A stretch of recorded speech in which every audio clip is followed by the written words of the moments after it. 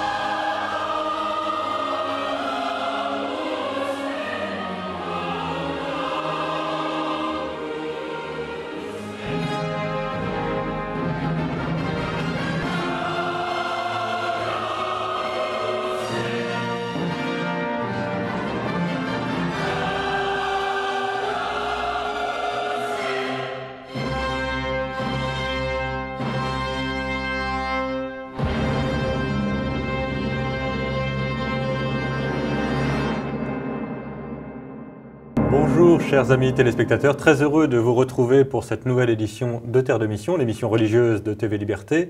Au programme aujourd'hui deux séquences, la première avec l'abbé Claude Barthes, bien connu de nos téléspectateurs. Nous allons évoquer avec lui son dernier ouvrage sur la messe, la nouvelle messe en particulier. Et ensuite, nous aurons une séquence plus magazine avec Camille Guélec-Daboville qui vient de publier un roman aux éditions Muller.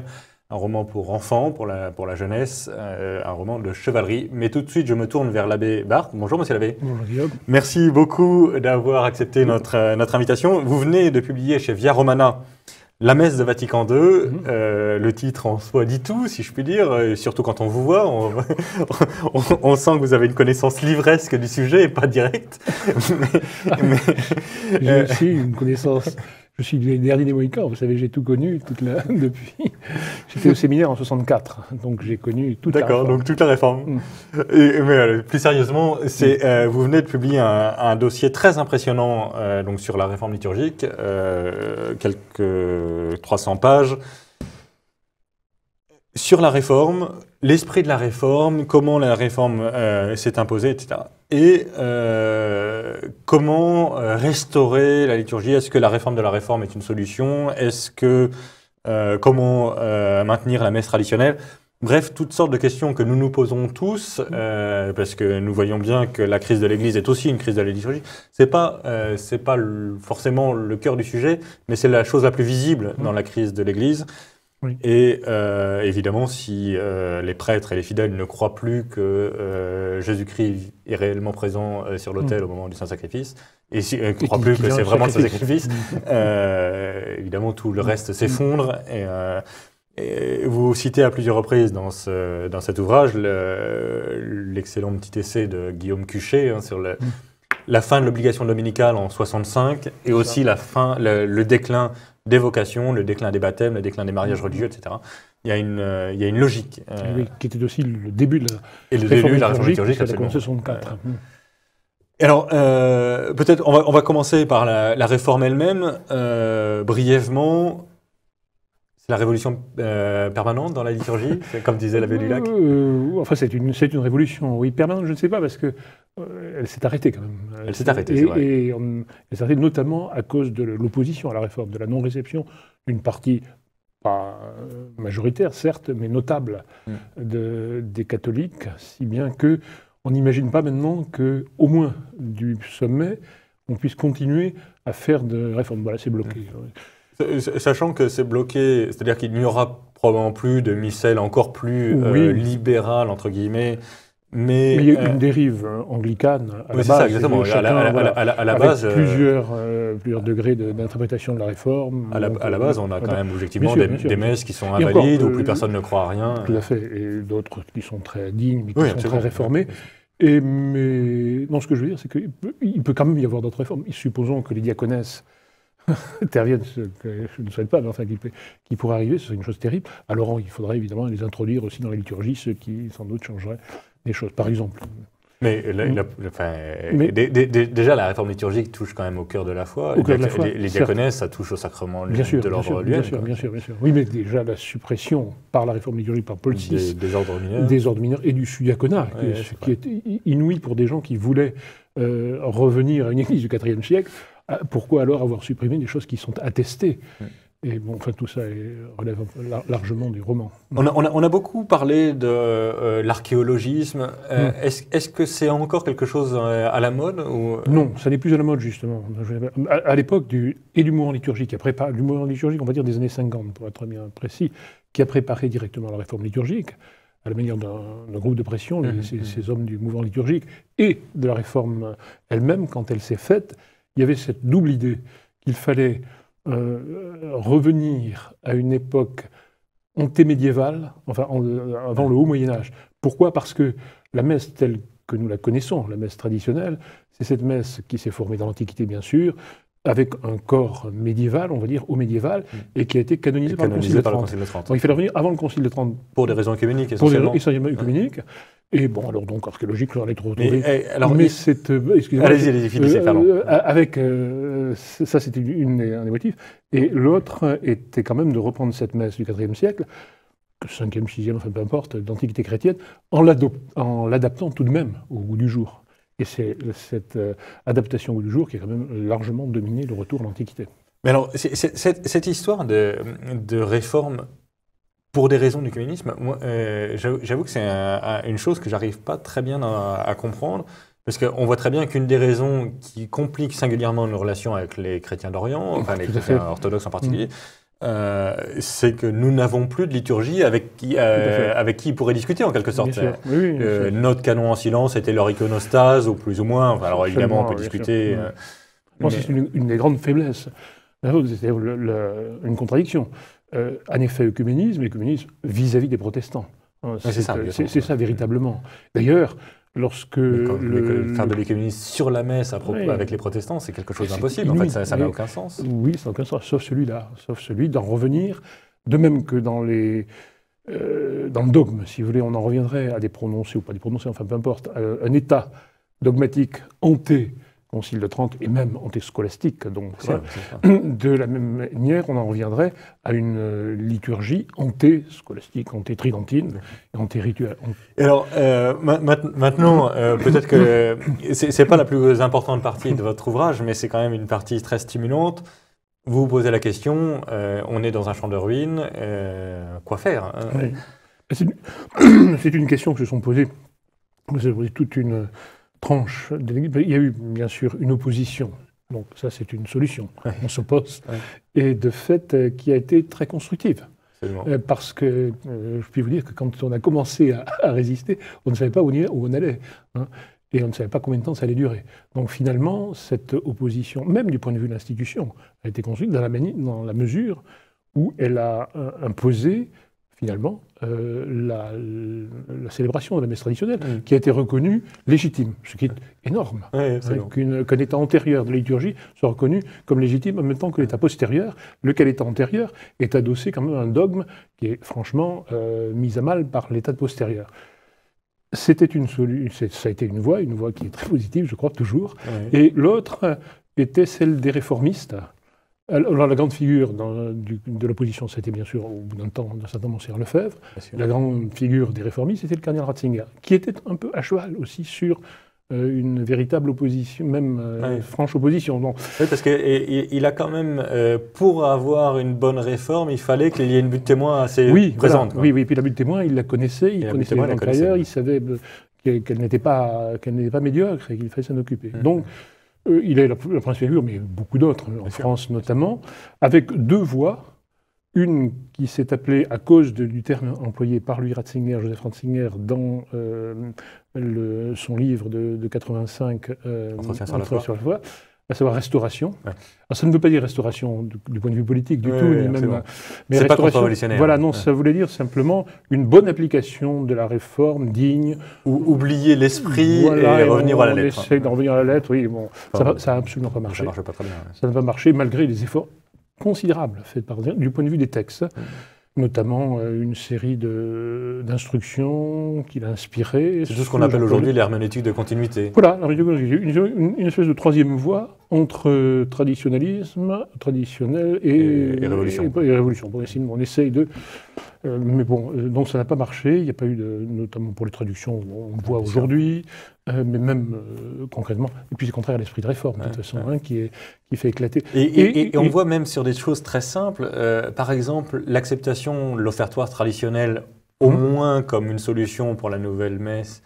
Même ça fait faire des bons à beaucoup de gens. Bien sûr. L'orientation qui est prévue par le nouveau missel fait faire des bons. Prévu, qui est possible. Enfin, qui est possible en tout cas. Mais, bien sûr. Et on se dit, si même ces choses aussi simples posent des problèmes, comment restaurer en quelque sorte? Alors l'autre voie de ce réformisme, c'est celle de la réforme de la réforme, qui elle a une visée, qui était celle de Ratzinger partiellement, une visée de retour en arrière tout de même, notamment de se rapprocher de la liturgie traditionnelle. Par des choses fortes comme le retournement du prêtre, ce qui est considérable, la communion à genoux, et même en effet l'introduction de l'offertoire qui a été portée et par lui et par le cardinal Canizares, qui était préfet de la congrégation pour le culte divin, mais ça ne marchait pas. En fait, c'est intéressant pour les prêtres qui l'appliquent sur le terrain, parce qu'ils font évoluer leur paroisse. La plupart du temps, ces prêtres, réforme de la réforme, sont aussi des célébrants de la messe traditionnelle, l'une et l'autre, la plupart. Et je pense surtout que c'est une voie d'avenir. C'est une question de politique ecclésiastique. Comment pourra-t-on faire lorsque un pape, ou lorsque des évêques, ou lorsqu'un pape et des évêques, on ne sait pas trop comment les choses se passeront, voudront vraiment prendre en main une vraie réforme de l'Église, qui sera nécessairement et largement une réforme liturgique, une vraie, autrement dit un retour vers la messe traditionnelle. Et que la transition sera une transition inverse de celle qu'on a connue, dans laquelle transition la réforme de la réforme pourra jouer un rôle important.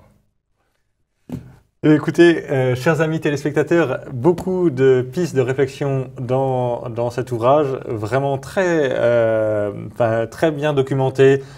Je pense que les personnes qui connaissent le débat liturgique n'apprendront pas forcément énormément de choses, mais c'est très bien classé. Et en particulier, je trouve que les pistes de sortie de crise, on n'est pas encore à la sortie de crise, loin s'en faut. Mais les pistes sont vraiment très stimulantes et j'espère que cet ouvrage sera lu en haut lieu, si je puis dire. J'aime pas beaucoup l'expression, mais j'espère que cet ouvrage sera lu notamment par nos évêques, par le pape, par la curie, parce que, de fait, on espère beaucoup d'une réforme de la réforme qui paraît, en tout cas pour un fidèle du bout du rang, la seule solution pour sortir de cette espèce d'anti-esprit liturgique catastrophique et anti-dogmatique, anti-catholique. Donc merci beaucoup, Monsieur l'abbé. Je rappelle que cet ouvrage s'appelle La messe de Vatican II, dossier historique chez Via Romana, et il coûte 24 €. C'est de l'abbé Claude Barthes.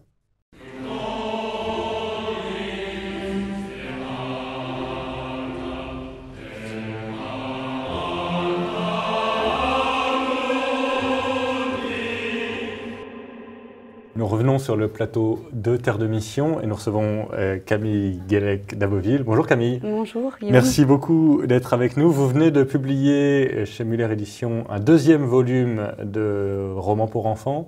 Alors comment ça s'appelle et comment est-ce que vous êtes arrivé à écrire des romans pour enfants? Alors ça s'appelle les quadruples et la quête de Louis. Le premier, c'est les quadruples au royaume de Jeanne. En fait, je suis maman de 5 enfants et professeure d'histoire au lycée et au collège. Et je me suis rendu compte que nos jeunes n'avaient plus beaucoup de modèles, n'avaient plus beaucoup de héros. Et quand on leur parlait de Saint-Louis ou de Sainte Jeanne d'Arc, souvent c'était des personnages un peu figés dans des enluminures et qui ne leur parlaient peu. Et ils avaient du mal à se retrouver dans leur vie. Donc j'ai voulu, à travers cette épopée avec les quadruples, 4 jeunes enfants, Donc à travers 4 orphelins. 4 orphelins, exactement. Juste après la Deuxième Guerre mondiale. Juste après la Deuxième Guerre mondiale, qui vivent dans un orphelinat en Bretagne. Et leurs parents ont disparu. Ils se sont engagés dans la guerre et ont disparu. Et donc, ils sont à la recherche de leurs parents. Et ils vont voyager dans le temps, donc dans la vie de Jeanne d'Arc pour le premier et de Saint-Louis pour le deuxième, et créer des amitiés très fortes avec Jeanne d'Arc et Saint-Louis. Et à travers ces amitiés, je vais montrer la simplicité de Jeanne d'Arc et de Saint-Louis, de ces personnages, et donc un moyen de les imiter pour les jeunes d'aujourd'hui. C'est des vrais grands frères et grandes sœurs pour l'école. Exactement. Et puis aussi, j'ai voulu aussi faire découvrir la communion des saints, parce que dans les romans, pour les jeunes d'aujourd'hui, fantastiques, on parle beaucoup de mort, de choses sombres, et montrer ce lien qui unit les quadruples à leurs parents qui sont disparus, mais aussi à Saint-Louis, à Sainte Jeanne d'Arc, très proche donc de Jésus. Donc le lien qui existe entre les personnes qui sont encore en pèlerinage sur la terre et ceux qui sont déjà dans le ciel ou qui en sont très proches. Et alors, vous ne faites pas que de la communion des saints avec les saints, si je peux dire. Il y a aussi du fantastique au sens habituel du mot, c'est-à-dire Merlin. Alors, j'utilise des légendes tout à fait. Ouais. Et dans le second tome, je parle de la quête du Graal, qui est très cher aux jeunes adolescents qui aiment beaucoup cette période du Moyen-Âge et de la quête du Graal, puisque mon second héros dans le deuxième tome est en quête, justement, en recherche de sa vocation. Et c'est pour ça que je fais un parallèle entre sa quête, la quête de Louis aussi. Louis qui n'a pas voulu être roi, qui aurait aimé être moine, qui avait vraiment une très très grande foi. Et donc, parallèlement, je fais évoluer l'histoire de Louis et de ce jeune garçon qui va découvrir une vocation aux côtés de Louis et qui va découvrir que ses parents sont présents en lui, parce que je veux vraiment aussi faire découvrir aux jeunes une dimension spirituelle intérieure. Oui, c'est ça. Ce qui est effectivement frappant, c'est le côté, j'allais dire, catho du roman. C'est un peu, ça donne un côté un peu péjoratif, c'est pas du tout le cas, mais le côté un peu... il n'y a aucune mauvaise pensée, si je puis dire. On voit des forces démoniaques, mais il n'y a aucune mauvaise pensée dans les héros. Et on les voit effectivement tirés vers le bien, hésiter, avoir peur, etc. Mais tirés par Saint-Louis, par Sainte Jeanne d'Arc. Et de fait, ça donne l'impression qu'on peut progresser dans la sainteté. Tout à fait. Et dans le second tome, aux côtés de Saint-Louis, c'est Charles qui va progresser aux côtés de Saint-Louis, qui va faire des efforts de charité, d'amour, et ça va lui permettre de progresser dans sa foi et de se rapprocher de sa quête et donc de ses parents.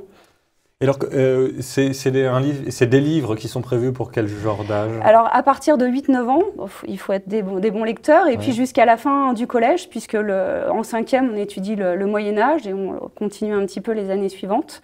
Donc, en gros, 8 à 13 ans, quoi. Voilà, exactement. En gros, 8 à 13 ans. Alors, juste petite parenthèse, amis téléspectateurs, pour les adultes, c'est plutôt assez agréable à lire aussi. Et ayant eu à les mettre en page, j'ai eu à les lire aussi. Et c'est plutôt agréable à lire. Donc, c'est très bien écrit, c'est très plaisant. Mais revenons peut-être... Qu'est-ce qui vous a intéressé dans la figure de Saint-Louis ? C'est pas n'importe quel Saint-Louis que vous mettez en place, c'est un chevalier, c'est un Saint-Louis pour les jeunes en quelque sorte. Exactement, mais aussi je trouve que Saint-Louis n'est pas assez étudié. Je trouve que Saint-Louis, il y a beaucoup d'idées reçues sur Saint-Louis, parce que finalement on le regarde avec nos yeux de 2018, on juge beaucoup, alors qu'on devrait se mettre à son époque. Et donc j'ai voulu sortir de tout ce qu'on peut dire sur Saint-Louis pour montrer un visage humain. Un visage un jeune homme qui s'est retrouvé roi très tôt, puisque son père est mort alors qu'il avait 12 ans, qui s'est retrouvé responsable très rapidement, qui avait une mère qui était très dure, qui lui a donné une éducation catholique très dure, et qui disait même qu'elle préférait le voir mourir plutôt que de commettre un péché. Et ce qui devrait être le cas de tous les parents. Enfin, exactement. Je ne suis pas sûr que je serais capable de dire ça à mes enfants, mais je pense que normalement on devrait. Tout à fait. Mais par faiblesse, on ne veut pas que nos enfants souffrent, malheureusement. Et donc j'ai vraiment ce personnage m'intéressait, et à la fois j'ai beaucoup aimé la simplicité de Saint-Louis, qui n'assumait pas complètement d'être roi, qui s'habillait très simplement, qui accueillait les pauvres, qui les accueillait à sa table, qui leur donnait à manger, à l'image du Christ, qui leur lavait les pieds. J'ai trouvé que c'était un personnage fascinant, et même dans sa prison à Damiette, qui se sentait libre dans son âme, justement. Et c'est là que ça rejoint la communion des saints, qui disait « Vous pouvez me tuer, mais mon âme, vous ne l'aurez pas ». C'est ce qu'il disait aux Sarrasins, et il était prêt à donner sa vie pour convertir les Sarrasins et le chef des Sarrasins à l'époque. Donc vraiment, j'ai été touchée par la vie de Saint-Louis et j'ai voulu lui donner une dimension nouvelle. Je trouve qu'on ne parle pas assez de Saint-Louis, dans les manuels scolaires notamment. C'est clair, ouais. Donc je suis assez libre d'en parler à l'oral, pas toujours à l'écrit, je ne laisse pas de traces écrites, mais et oui, même il n'y a pas de film sur Saint-Louis. Je trouve que c'est un visage qui, je pense, qui dérange par bien des choses, et donc j'ai voulu le rendre plus humain. Le Moyen-Âge en général dérange. Et comme c'est notre époque la plus chrétienne, en quelque sorte, enfin c'est l'époque de chrétienté, donc c'est l'époque où le christianisme a des conséquences politiques, juridiques, artistiques, à tous les niveaux. L'Église a une grande importance à cette époque. Cœur, vraiment un grand rôle, au centre du village. Quoi. Oui. Et pareil pour Jeanne d'Arc, j'ai voulu montrer toute son humanité et que cet appel, c'était pas une femme qui était plus résistante que les autres, mais qui a eu un appel tout particulier. Donc une jeune femme très sensible qui était très tiraillée dans son appel et qui a beaucoup souffert parce qu'elle n'a pas été comprise jusqu'au bout. Et donc voilà, j'ai voulu qu'à travers cette amitié avec ces jeunes enfants, les lecteurs puissent découvrir des saints et donc des modèles pour eux. Des modèles pour tous les jours aussi, parce que je trouve que c'est important de garder le sens de l'effort, du courage, de la difficulté et du sacrifice pour faire des grandes choses. Et de plus en plus aujourd'hui, on n'éduque pas les jeunes à cette difficulté, au sacrifice, au courage. On en a peur, je pense. Il y a un élément d'ailleurs qui est assez frappant, notamment dans le deuxième tome, c'est vrai un peu pour le premier, mais dans le deuxième tome en particulier, c'est l'insistance qui est de Saint-Louis lui-même, mais l'insistance sur les reliques de la Passion qui sont vraiment au cœur du roman. Et, tout à fait, le culte des reliques qu'on a oublié, qu'on a complètement oublié, qui était si important au Moyen-Âge. Et qui incarne beaucoup notre foi. On croit à un Dieu vraiment incarné, qui a vraiment souffert, qui est vraiment ressuscité dans la chair, et les saints derrière lui ont vraiment souffert dans leur chair, ont vraiment connu la résurrection des corps aussi. Et donc c'est un vrai lien entre nous, les chrétiens, et les saints du paradis. Absolument. Et un lien qui a disparu, donc une vraie communion qui a disparu, comme je parle aussi du nom qu'on porte, ça peut être un saint, on porte le prénom d'un saint, donc c'est important de le prendre comme modèle, de le prier, ce saint. Donc c'est ce que j'essaye de rappeler justement, le culte des saints, la fête de la Toussaint, j'en parle aussi dans mes livres, le modèle des saints à imiter tous les jours dans notre vie. Et voilà, à travers Saint-Louis et Jeanne d'Arc. Vous pensez que, j'allais dire, l'Église d'aujourd'hui est mûre pour entendre ce message-là? Non, je ne pense pas. De toute façon, on n'en parle pas au catéchisme du tout, des saints. Je trouve qu'on n'en parle pas du tout. Je parle aussi de l'étoile du berger, beaucoup, dans les 2 tomes, qui permet au quadruple de voyager dans le temps. Je l'ai beaucoup découverte avec Benoît XVI, qui disait que c'était une étoile particulière, qui brillait plus que les autres et qui dominait toutes les étoiles. Et donc, c'est un vrai lien que je veux faire découvrir aux jeunes aussi, cette étoile du berger qui permet de retrouver Jésus et de nous unir tous dans le ciel et sur la terre. Et je parle du moment ultime, l'Eucharistie, bien sûr. Mais ça paraît... tout ce que j'écris paraît assez fantastique, justement. Oui, c'est à la fois très, très naturel, parce que c'est la vie de petits-enfants, j'allais dire, normaux. Même si leur vie est évidemment compliquée, ils sont orphelins, ils vivent juste après la guerre, donc c'est une vie que nous n'avons pas vécue ou pas subie. Mais en même temps, c'est des petits-enfants qui ne sont pas plus extraordinaires que d'autres. Tout à fait. Et ce qui est extraordinaire, c'est effectivement leur contact, là pour le coup tout à fait original, avec des saints en direct, si je puis dire. Et je pense que les jeunes enfants arrivent à avoir encore un lien avec la foi très simple. Et plus ils grandissent, plus ils s'en éloignent. Et compliquent, je pense, les choses. Et ont des questions d'adultes qui remettent en cause leur foi. Alors que nous pourrions tout à fait rentrer nous aussi dans cet esprit d'enfance, si je puis dire. Et tout à fait. Noël toujours garder une foi d'enfant, comme Thérèse de Lisieux le disait. Oui. Et donc, chers amis téléspectateurs, évidemment, cette émission paraît juste avant Noël. C'est un excellent cadeau de Noël, mais évidemment, l'esprit d'enfance, ça n'est pas que pour Noël. Donc, n'hésitez pas à faire connaître à vos enfants, petits-enfants, la communion des saints et rentrer par ce roman, par à la fois la légende, le cycle arthurien d'un côté, l'esprit de chevalerie de l'autre. Enfin, tout ça rend...